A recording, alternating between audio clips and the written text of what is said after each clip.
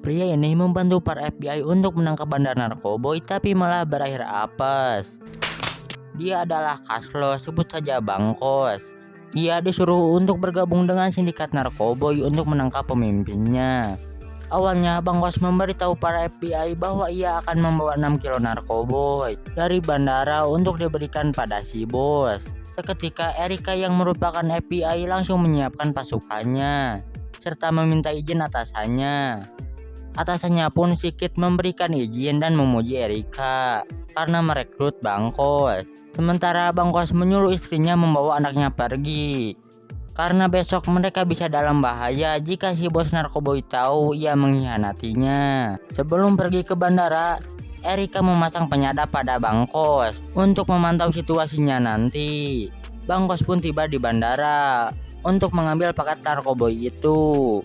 Tapi di tengah jalan ada seseorang bernama Waiting Fish yang mau membeli paket narkoboy itu. Mereka pun pergi menemuinya dan membuat si Erika tidak bisa menemui bosnya karena narkoboy udah ada yang beli. Rencana FBI pun berubah total untuk menangkap pembelinya serta menyita narkoboynya. Bang Kos pun menemui pembeli itu. Ia langsung tahu bahwa ia adalah polisi. Setelah rekan Bang Kos menerima telepon, Bang Kos berusaha mengusirnya dengan kasar supaya tidak ada yang curiga. Tapi polisi yang pintar ini malah menodongkan senjata yang membuatnya langsung didor. Setelah itu Bang Kos keluar untuk menenangkan diri. Sedangkan Erika cuma bisa bengong sambil melewati Bang Kos. Mereka pun memasukkan mayat tadi ke kantong kresek. Bang Kos juga dipanggil untuk menemui si bos. Di sana si bos menyuruh Bang Kos kembali ke penjara untuk melakukan bisnis narkoboy dari dalam. Awalnya Bang Kos menolak, tapi setelah tahu anak dan istrinya ada bersama mereka, Bang Kos tidak bisa berkata apa-apa. Ia pun keluar menemui anak dan istrinya yang ketakutan. Mereka pun diantarkan anak buah bos Klimek ke rumahnya. Sesudah di dalam, Erika melalui telepon memberitahu Bang Kos untuk menemuinya nanti malam. Setelah itu Bang Kos memarahi istrinya karena dia tidak membawa anaknya pergi ke tempat yang aman. Istrinya pun meminta maaf dan mengatakan ia sudah berusaha. Sementara detektif Edi menemukan mayat anak buahnya di tepi danau dengan bekas gorokan pisau. Pada keesokan harinya dia kembali menelusuri TKP untuk mencari bukti atas kematian anak buahnya. Ia melihat CCTV dan mencurigai Bang Kos karena gerak-geriknya kayak abis ngebunuh. Ia juga melihat wanita yang merupakan sumber informasi Gomez anak buahnya. Ia pun menangkapnya dan membawanya ke mobil. Tapi karena Edi membuat wanita itu takut, rekannya memintanya untuk keluar. Kembali pada Bang Kos yang saat ini menemui para FBI. Bang Kos mengatakan bahwa tugasnya sudah selesai karena sudah memberikan banyak bukti untuk menyeret Klimek bosnya. Tapi Erika malah menyuruh Bang Kos untuk menjalankan rencana Klimek untuk kembali ke penjara serta mencari tahu siapa saja sipir dan narapidana yang bekerja sama dengannya. Sedikit juga menambahkan bahwa ia terlibat dalam pembunuhan seorang polisi NIPD dan juga kalau Bang Kos menolak, ia akan kembali di penjara 12 tahun atas pembunuhan yang ia lakukan di bar dan juga tuduhan yang akan dilayangkan NIPD atas kematian polisi itu. Mereka pun meninggalkannya. Rupanya Bang Kos selalu merekam apa yang FBI itu katakan karena ia tidak percaya 100% pada mereka dan menyimpannya dalam kotak. Kembali pada si Edi yang sudah mendapatkan informasi tentang Bang Kos, di mana ia dulu dipenjara selama 20 tahun atas pembunuhan terhadap seorang pria di bar. Tapi berkas-berkasnya aneh seperti di redaksi dan ia langsung dibebaskan. Dan yang bisa melakukan itu cuma FBI. Kembali ke Bang Kos yang didatangi anak buah si bos Klimek untuk memberikan narkoboy untuk diedarkan nanti, serta memberitahu si bos bakal mampir ke rumahnya sebelum ia dipenjara. Menyadari ia akan dipenjara, ia menghabiskan waktu dengan putrinya. Pada malam harinya, Erika mengatakan bahwa anak dan istrinya akan aman di rumah FBI sebelum Klimek tahu ia mengkhianatinya. Bang Kos juga meminta agar ada penggeledahan narkoboy saat ia sampai untuk menyingkirkan saingannya, serta meminta mengirimkan bunga yang diisi narkoboy ke wakil inspektur di sana. Erika menolak permintaan terakhirnya karena akan merusak nama FBI serta dirinya. Sebagai gantinya, Bang Kos meminta untuk menempatkannya di atap.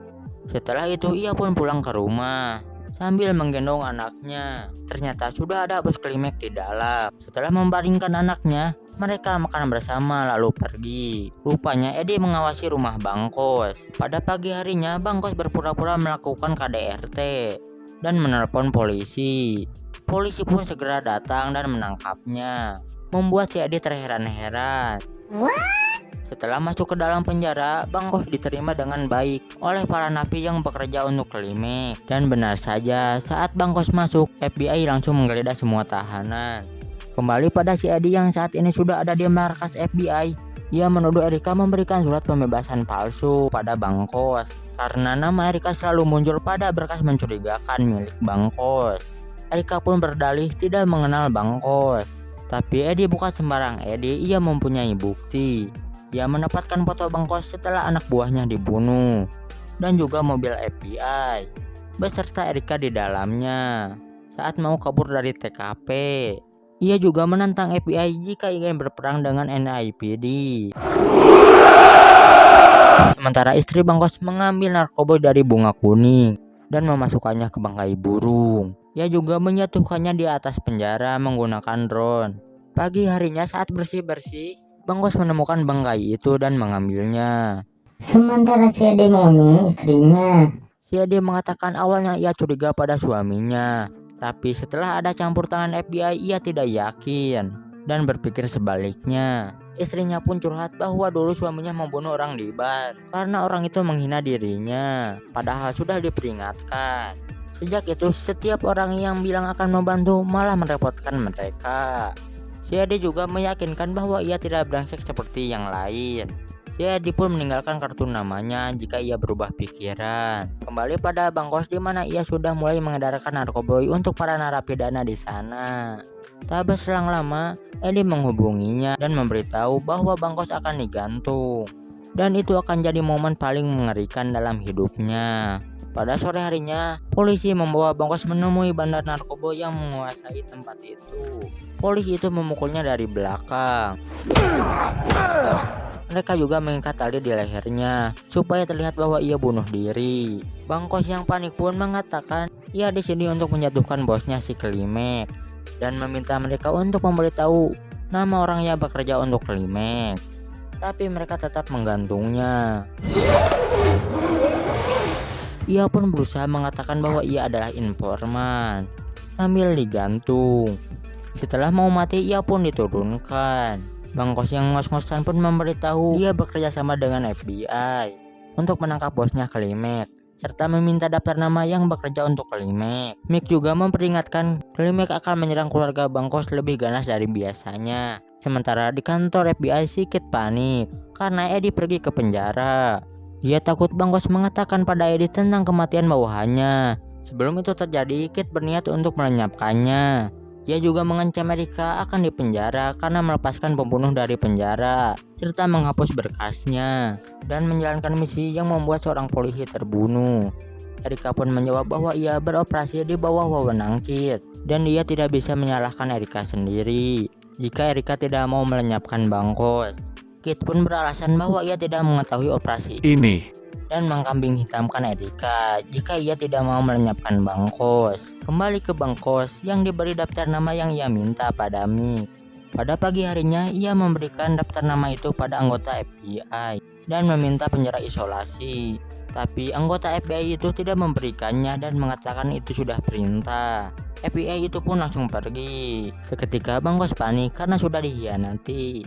Ia pun langsung menelpon Erika alias cewek GBLK. Bang Kos menagih janjinya, tapi si GBLK tidak menjawab. Ia pun menelpon istrinya dan mengatakan FBI menyebaknya.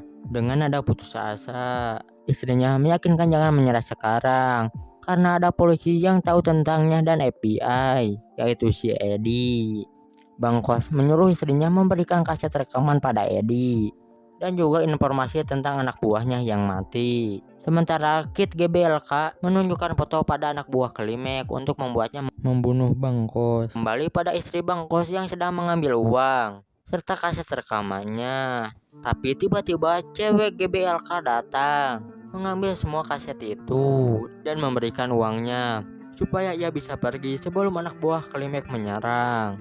Setelah itu ia pun pergi membawa rekaman itu kembali kepada Bang Kos di penjara yang mendapat isyarat dari anak buah Mik ia akan mati. Ia pun langsung melindungi tubuhnya dengan buku dan benar saja tak berselang lama ada yang menyerang dia dari belakang. Berkat buku itu ia berhasil selamat dan mengalahkan api itu. Bang Kos juga menyeret napi itu melewati CCTV untuk memancing penjaga. Ia pun menunggu di depan pintu dan berhasil menyandar polisi yang memukulnya dari belakang kemarin. Bang Kos pun mengancam akan membunuhnya jika ada yang berani maju, serta meminta telepon untuk menghubungi istrinya. Sesudah berhasil ke gedung paling atas, ia membuat polisi itu pingsan.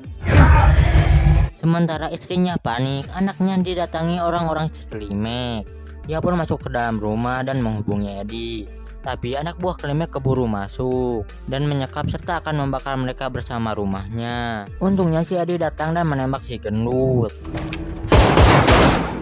Mendengar suara itu, si kucing auto siaga. Saat masuk ke dalam kamar, kaki si Edi langsung ditembak. Tapi ia tidak bisa membalas karena si kucing menyandra seorang anak. Edi pun berusaha kabur. Melihat Edi tidak berdaya, ia pun melepaskan anak itu dan mengatakan dia yang membunuh anak buahnya. Tapi saat akan membunuh Edi, ia ditembak dari belakang. Tapi apesnya istrinya Bang Kos kena tembakan juga.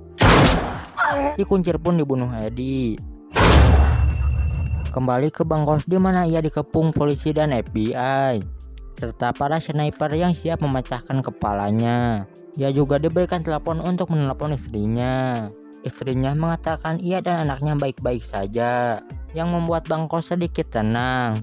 Tapi tiba-tiba teleponnya diputuskan sedikit. Setelah tahu keluarganya aman, pikirannya menjadi jernih dan menukarkan pakaiannya dengan polisi korup itu. Ia pun membangunkannya dan menaruh lengan polisi itu di lehernya. Polisi itu pun langsung mencekiknya dan tidak menyadari ada sniper yang akan menembaknya. Bang Kos pun berusaha agar sniper menembak polisi itu yang mereka kira dirinya. Saat pada posisi empuk, peluru pun langsung ditembakkan mengenai polisi itu dan sebuah gas. Si Bang Kos pun turun ke bawah dan selamat dari ledakan gas. Sedikit yang mengira Bang Kos udah mukad mengucapkan selamat pada Erika. Ia pun langsung pergi. Sedangkan si Erika melihat tandu yang berisi Bang Kos. Ia pun ikut ke ambulan yang membawanya. Di sana ia memegang tangannya dan menaruh pistol di bawah kursi miliknya. Tiba-tiba semua orang udah kau aja. Bang Kos memborgol semua polisi di sana dan mengambil semua kartu milik Erika serta memecahkan ban mobil ambulan itu dan langsung pergi. Setelah beberapa hari setelah kejadian itu, Erika menemui si Kit di sebuah kapal laut. Ia mengatakan Bang Kos ada di sebuah hotel, tapi Kit harus melindungi dirinya dari penyelidikan polisi atas kematian Gomez, anak buah Edi. Ia pun menyuruh Erika untuk membunuh Bang Kos, tapi Erika menolak sehingga si Kit mau membunuhnya sendiri. Ternyata itu jebakan untuk menangkap si Kit. Sementara si Bang Kos hanya bisa melihat keluarganya dari jauh karena mereka selalu diikuti para FBI. Ia pun harus menunggu selama beberapa bulan sampai kasus korupsi di penjara selesai. Baru keluarga mereka bisa bersatu kembali.